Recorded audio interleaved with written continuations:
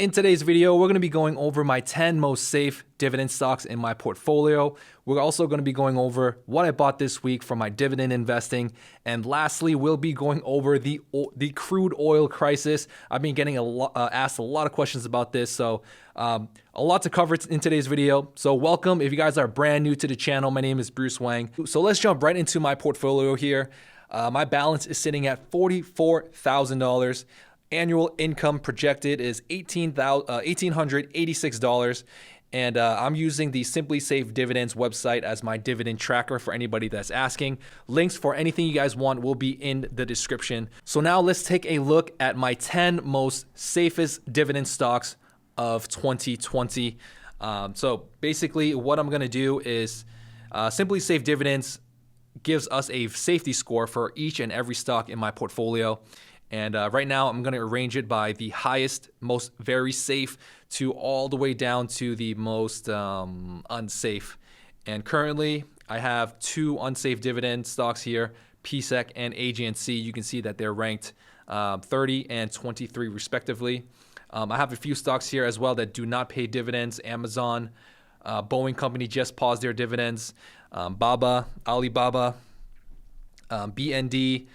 BND is a ETF, and Simply Safe Dividends does not rate ETF's dividend safety. And I've been getting a lot of questions about all of this. So if you guys want, I'll link some of the older questions that I've answered in the in this video here. So let's go over the top 10 safest dividend stocks in my portfolio. So I have the dividend safety ranked from highest to lowest, and at the top, one of my newest additions to the portfolio, I think I added this about 3 weeks ago, is Visa. I own about less than 5 shares, and the dividend safety is at 99.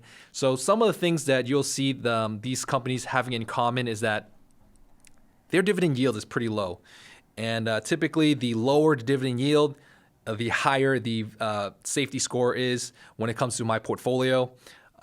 Another thing is their dividend growth is going to be very fast.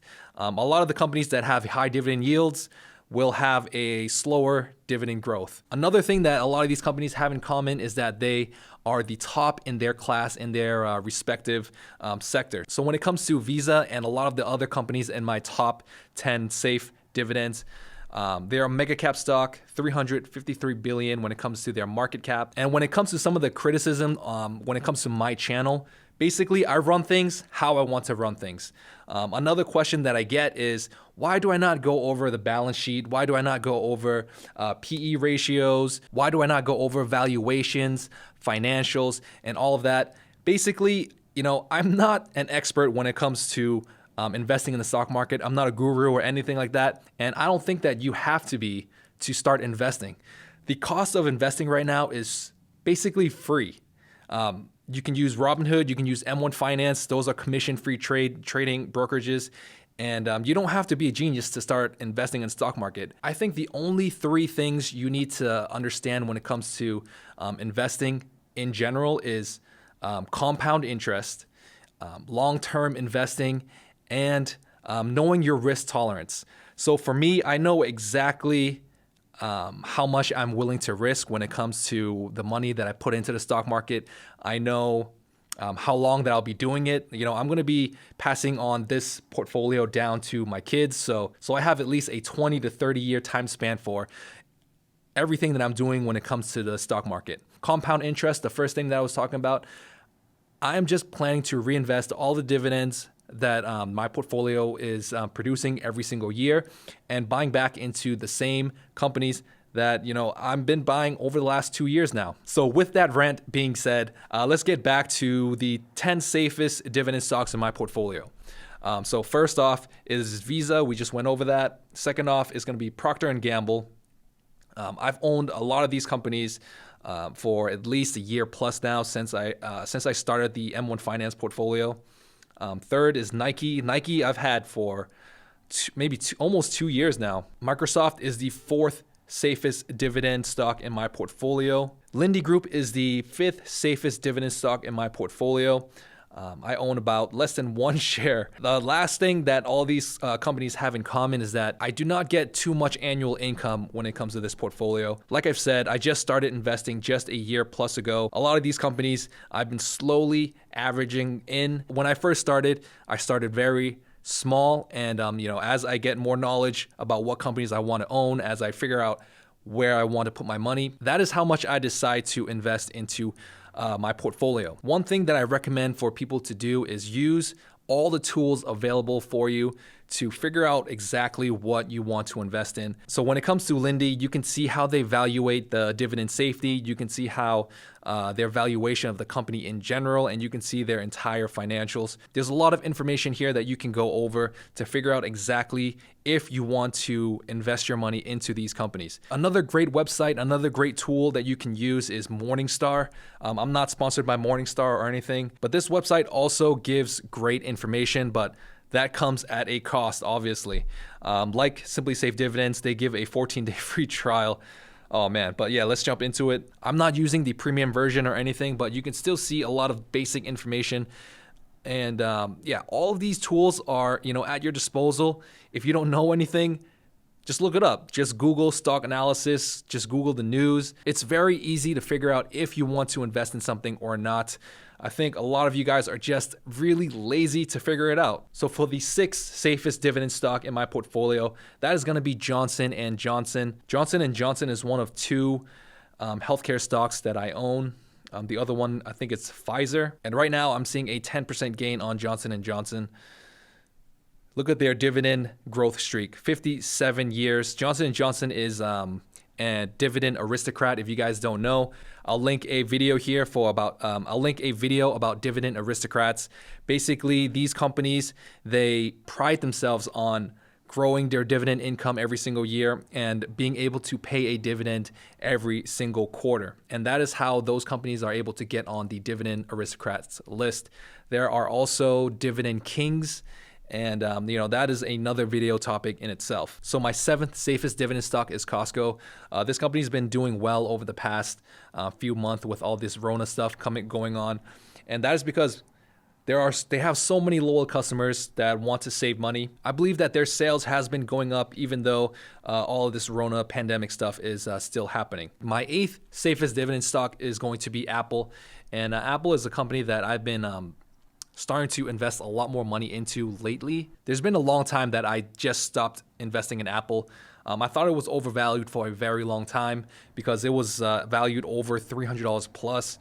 And that was right before February. And after the crash a month ago, the company's stock price came down a lot. And that is when I decided to start buying back in a little bit. And hopefully I can ride that Apple stock back up to $300.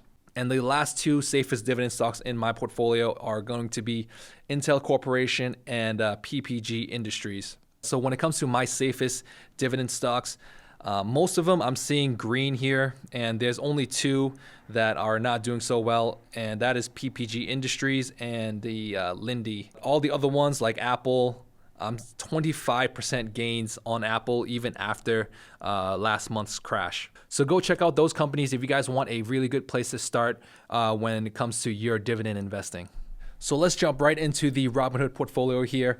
And it does look like there is blood in the streets. My portfolio today is down almost 2%. And here is a quick glimpse at all of the damage that my portfolio is seeing. AGNC up almost 4% on the day. Nice. This week I invested $300 into my Robinhood high dividend yield portfolio. I get asked a lot about why do I have different types of portfolios. When it comes to Robinhood, I'm using a high dividend yield portfolio. M1 Finance is my dividend growth portfolio. Vanguard is my tax advantage portfolio. But without trying to confuse you guys too much, let's jump into exactly what I bought this week when it comes to my Robinhood account. So on Robinhood this week, I bought 4 different companies. I bought Realty Income, I bought SPHD, the ETF, Walgreens, and PSEC. So I invested around $305.08, and I was able to increase my annual dividends by $15, just under $15. Before we jump into M1 Finance, if you guys want to see my entire portfolio, links are going to be in the description if you guys want to see what I'm investing in. On M1 Finance, my portfolio is valued at $14,751. I invested about $607.79. I invested that cash into these companies here: Apple, Boeing, JP Morgan. Some of these companies are in my 10 most safest dividend stocks, such as Visa, Microsoft, Intel. So when it comes to my investing recently, I've been trying to find a good balance where I can invest in really safe dividend stocks and also some places where I can make a riskier investment. And that's where I've been struggling recently because I haven't been really paying attention to safe dividend stocks. And I've been chasing dividend yields for the last month or so just because of the crash that happened a month ago. So over the past month, a lot of the stocks in my portfolio, their dividend yield shot up drastically just because the market crashed. And during that time, I was chasing a lot of dividend yield. So now I'm kind of scaling back on that and looking at a lot of safer dividend stocks like the ones I showed you earlier in this video. So let's jump into the topic of the day. American crude oil has fallen to less than nothing. What does this mean? So a lot of the losses from my portfolio is coming from the oil crash that just happened yesterday. I'm not an expert when it comes to economics. I took economic courses when I was in college, microeconomics and macro. And what I've learned in those courses was basically supply and demand. You know, we're all stuck in quarantine, especially in America. And technically, only people that are working in essential businesses are able to go out. So that causes a very low demand when it comes to oil. And without any demand for gasoline, crude oil, there's going to be a large supply. And my take on this is that it is temporary. Next month, everyone's going to start going back to work very slowly, and the month after that, and the month after that. So demand is going to start going up very slowly, and things are going to start to level off. In my portfolio, I own ExxonMobil and Chevron. Those are the two biggest oil producers in America. So right now, I think they're going to see a hard time, but in the future, I believe that things will get better. And if it doesn't, that might be the end of the world. So if you guys want to see more videos from me, don't forget to check out these videos here. Subscribe to the channel. Drop a like on this video. Hit that notification. Follow me on Instagram. Follow me on my second channel where I'm going to be going over a lot of the questions that I've been getting on Instagram. And I'll see you guys in the next videos. Thanks for watching. Bye.